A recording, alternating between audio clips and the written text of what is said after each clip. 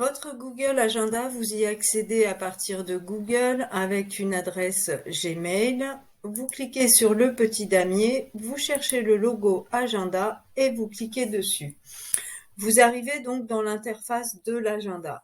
Vous voyez ici que vous avez tous vos agendas, y compris les agendas auxquels vous êtes abonné et que vous souhaitez voir figurer ici dans l'agenda principal.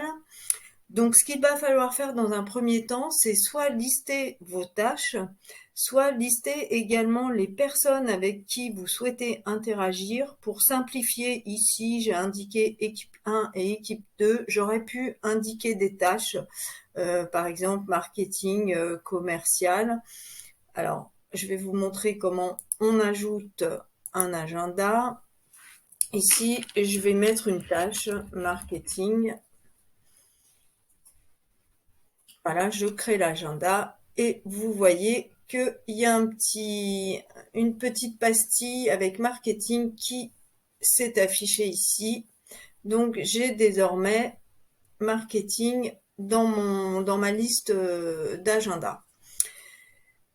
Donc cet agenda, vous pouvez l'afficher de différentes façons. Là, il est affiché au mois. Vous pouvez choisir de l'afficher à la semaine. Vous pouvez également choisir de l'afficher à l'année, etc. Donc moi, je l'affiche au mois. Alors, je me suis abonnée à mon agenda personnel ici. Bon, je passe un petit peu vite parce que sinon, vous voyez mon adresse email. Je me suis abonnée ici dans Autre agenda à mon agenda personnel. J'ai demandé à ce que mes disponibilités figurent sans que mes tâches ne soient spécifiées. C'est-à-dire que toutes les personnes qui auront accès à l'agenda Tous entrepreneurs numériques verront que je ne suis pas disponible mais ne sauront pas ce que je fais. C'est plutôt intéressant pour conserver un petit peu de vie privée quand même. Donc voilà, donc ça s'affiche comme ça en rouge et on indique que je suis occupée. Ce qui nous intéresse aujourd'hui, ça va être de créer un premier événement. Donc là, par exemple, je vais créer un premier événement marketing. Donc je clique sur la date que je souhaite. Là, je vais choisir de faire notre emailing number one. Voilà. Donc c'est un événement. Il aura lieu une seule fois le mardi 15 mars. Je vais choisir l'heure. Donc on va se dire 10 heures. Je peux ajouter des invités, c'est-à-dire ajouter des collaborateurs à cet événement. Je peux également ajouter une visioconférence. Tous les invités recevront le lien à cette visio. Je peux également ajouter des pièces jointes à partir de mon Drive. Donc ça peut être très intéressant lorsque vous travaillez en clientèle et que vous avez des documents à emporter pour être sûr de ne pas les oublier puisque votre agenda est synchronisé avec votre téléphone. Et donc, il s'affiche sur votre téléphone. Donc ici, je vais indiquer que c'est dans l'agenda marketing et je vais enregistrer. Donc, vous voyez que l'emailing 1 est prévu le mardi 15 mars à 10 heures. Ce qui peut être intéressant également, c'est de planifier des tâches ou des événements récurrents. Par exemple, je décide que le lundi, c'est le jour où je vois mes équipes pour faire une réunion, un brainstorming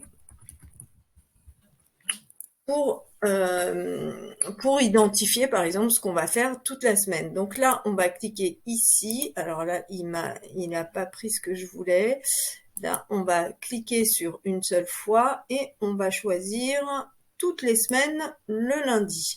On peut toujours ajouter des invités, donc l'idéal, ça serait de créer des groupes de contacts. Vous pouvez les créer ici, vos groupes de contacts, mais ça serait trop long dans cette vidéo, donc j'en ferai une autre. Et vous ajoutez vos invités à cet événement, tous vos collaborateurs, idem, vous pouvez mettre les pièces jointes, etc. et enregistrer. Donc là, comme j'ai demandé à ce que ça soit une tâche récurrente, vous voyez que tous les lundis, En fait, l'événement est prévu tous les lundis à 8h30. Ça fait un petit peu tôt pour une équipe, mais bon, c'est pas grave. C'est pour l'exemple. Donc voilà, vous pouvez comme ça programmer tout votre mois, vos mois à venir, inviter des personnes, vous prévoir des visioconférences, etc., tout en ayant vos disponibilités personnelles qui sont également indiquées. Alors, il faut savoir que cet agenda Google, il peut être synchronisé avec la prise de rendez-vous sur Facebook. Il peut également être synchronisé avec l'application Calendly pour la prise de rendez-vous automatique. Je ferai un autre tuto là-dessus, parce que ça peut être très intéressant de mettre en place des services de rendez-vous en ligne pour votre activité.